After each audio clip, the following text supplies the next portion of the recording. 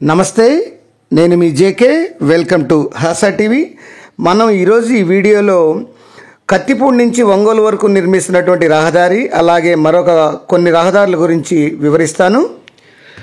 ఉమ్మడి తూర్పుగోదావరి జిల్లా కత్తిపూడి ఒంగోలు మధ్య నేషనల్ హైవే 216ను కేంద్ర ఉపరితల రవాణా శాఖ దీన్ని అభివృద్ధి అయితే చేస్తుంది.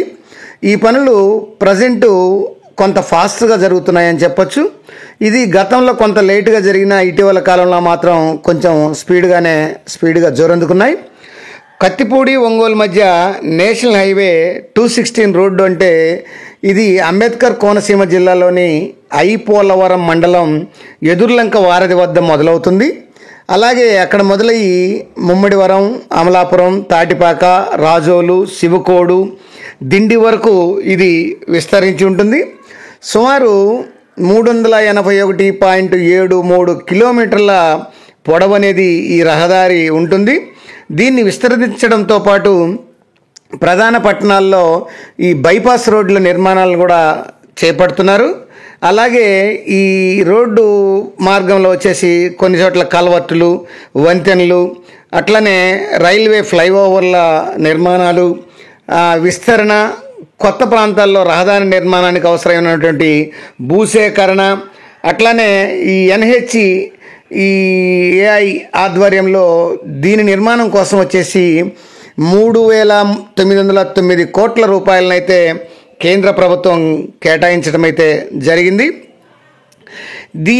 ఈ రోడ్డు నిర్మాణంలో భాగంగా గోదావరిపై సకినేటిపల్లి, నర్సాపురం మధ్య వంతెన నిర్మాణానికి గాను నిధులు కూడా మంజూరు చేసింది కేంద్ర ప్రభుత్వం.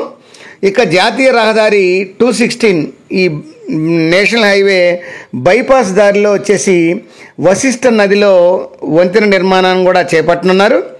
దీనికి 580.42 కోట్ల రూపాయలను మంజూరు చేయడం అయితే కేంద్రం జరిగింది. ఈ మేరకు ఉపరితల మంత్రి నితిన్ గడ్కరీ కూడా ప్రకటించడం అయితే జరిగింది.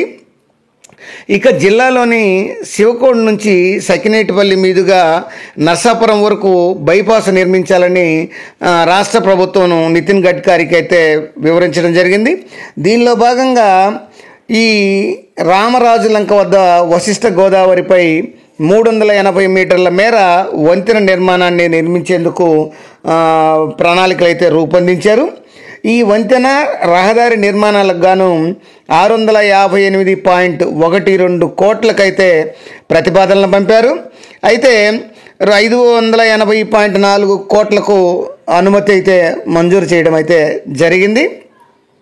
అంటే ఈ లెక్కన కిలోమీటర్కి వచ్చేసి 26.18 కోట్ల రూపాయలు ఖర్చు అవుతుందని ఈ NHEAI లెక్కలు కట్టింది. అందుకు తగ్గట్లుగానే నిధులు కూడా మంజూరు చేయడం అయితే జరిగింది.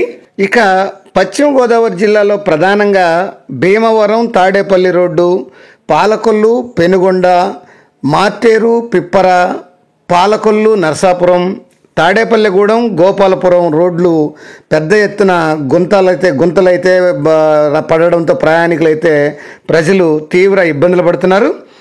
ఈ దశలో ఈ రోడ్లు మరమ్మతులకు గాను ఈ కేంద్ర ప్రభుత్వం నిధులు మంజూరు చేసింది. అయితే ప్రధాన రోడ్లతో పాటు అంతర్గత రోడ్లు కూడా పనులు చేపట్టడంతో దాదాపు ఈ తూర్పుగోదావరి, పశ్చిమ గోదావరి జిల్లాల్లో 1000 కోట్ల వ్యయంతో రోడ్ల నిర్మాణం అయితే చేయడం జరిగింది. దాదాపు ఇటీవల 84 కోట్ల వ్యయంతో 6 నేషనల్ హైవేలు, 19 జిల్లా ప్రధాన రహదారులు, 230 కిలోమీటర్ల పొడవున ఈ నిర్మాణ పనులనేవి ప్రజెంటు ఈ తూర్పు, పశ్చిమ గోదావరి జిల్లాల్లో సాగుతున్నాయి.